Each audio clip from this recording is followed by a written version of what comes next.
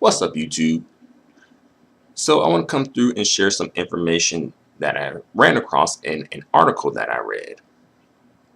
And the article comes from the National Center of Healthcare Statistics Data Brief number 204, published in June 2015. And the title of the article is 3 Decades of Non-Marital First Births Among Fathers aged 15 to 44 in the United States. Sidebar, who is becoming a father at 15 years old? And I find this study really interesting. This study is really interesting because usually when we approach this subject about children from unmarried unions, usually this subject is centered around women, and understandably so. But this study and report is centered around men. Yeah, interesting. So pretty much we're studying here first time baby daddies. All right. And I just want to give a few definitions before I get into the study. Just a couple.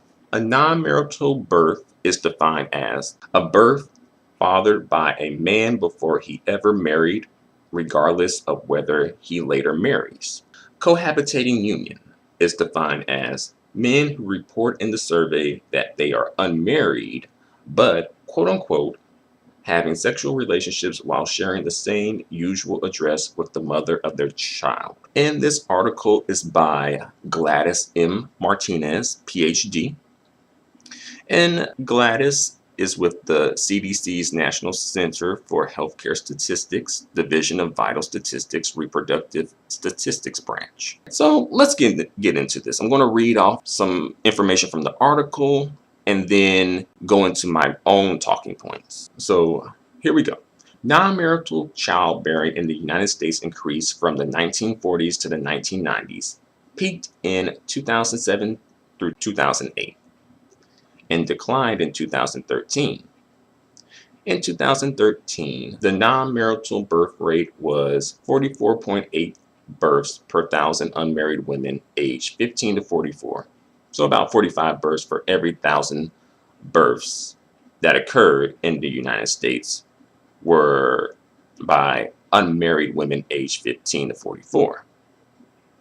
Using data from the National Survey of Family Growth, NSFG, this study examines non-marital first births reported by fathers aged 15 to 44. This report presents trends in non-marital first births by fathers age at birth and racial and ethnic origin. Given increase in birth occurring in cohabitating unions, first births within cohabitation are also examined. Next section. Over the past 3 decades, about 1/2 of Hispanic fathers had first births that were non-marital, 52 to 54%, and about 1/3 were within a cohabitating union, 29 to 38%. Among non-Hispanic white fathers, about 1/4 had a non-marital first birth.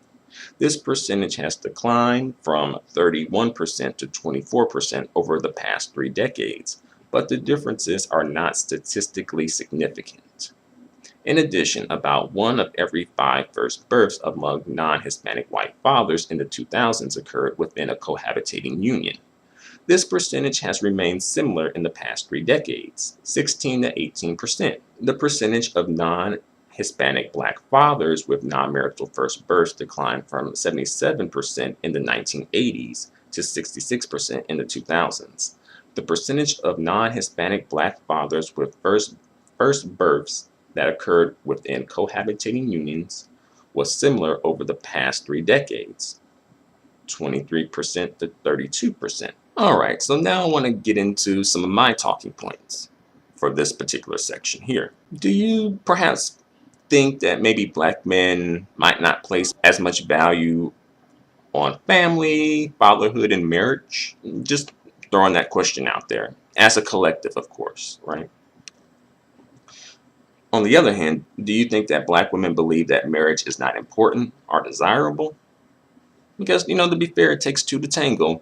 Because when people bring up these statistics, they usually, at least within the community, They usually bring it up centered around Black women and saying that basically Black women are having high rates of children out of wedlock, even though, again, it takes two to tango. Like a Black woman needs a Black man, or at least a man, to have a child. And as well, she needs a man to marry her too.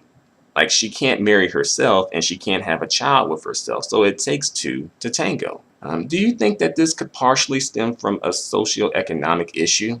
Like, just can't afford to get married, or as well, perhaps a sociocultural issue is like, you don't see why it's necessary. As well, to be fair and honest, baby daddies and baby mamas, they're just a product of their environment a lot of the times.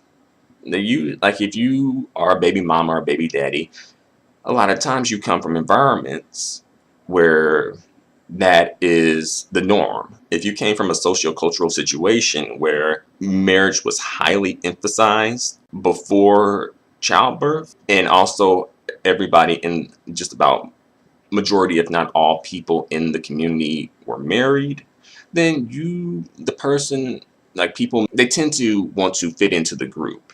So they would be less likely to have children out of wedlock and more likely to have children within wedlock, because within their immediate sociocultural situation, that is what is considered normal and desirable. Do you think that all of this reflects a lack of family structure across the Black community, which plays out when it comes to educational attainment, incarceration, poverty, etc.? Do you think it's purely just a matter of not wanting to get the paperwork done? Or is there more to the story? And I'm just going to keep it 100 in regards to this marriage situation. I can see why men, generally speaking, men, would be more likely to forego marriage. Women, on the other hand, I personally believe that marriage is in women's best interests, usually. I personally think that if anybody is serious about starting a family and raising children, then I think you should be married. It's not foolproof, but I think it helps. Again, that's just my personal opinion. Also, I wonder what caused the decline in the percentage of first-time non-married Black fathers from 1980 to 2009. I wonder what caused that decline.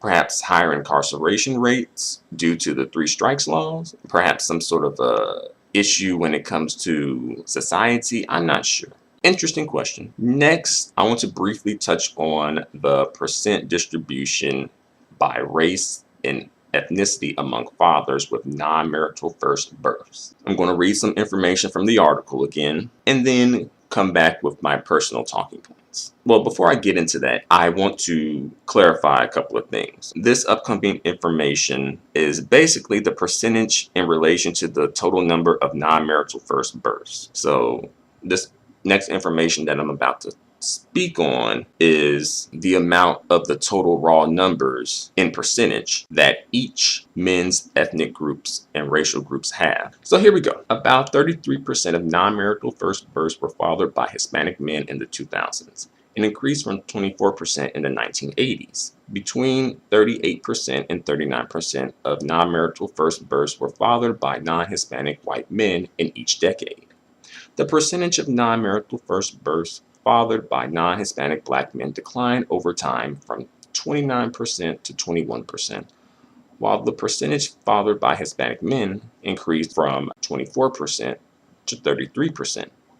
In the 1980s and 1990s, the percentage of non-marital first births was highest for births fathered by non-Hispanic white men. So, with all that information that I just spoke on and that I just read off, it shows that white men have a higher percentage when it comes to total numbers of non-marital first births, which makes sense because white men have a higher population than Black and Hispanic men. So at least we can say that based on the percentage in relation to the total number of non-marital first births, Black men fare well and fare better. But I think it more so has to do with the difference in population size between Black, white, and Hispanic men. Last but not least, I want to talk about the data source and methodology used in this study. So pooled data from the 2002, the 2006 to 2010, and the 2011 and 2013 National Survey of Family Growth were used for these analyses. The National Survey for Family Growth is a nationally representative survey of the U.S. household population with face-to-face interviews conducted with women and men aged 15 to 44.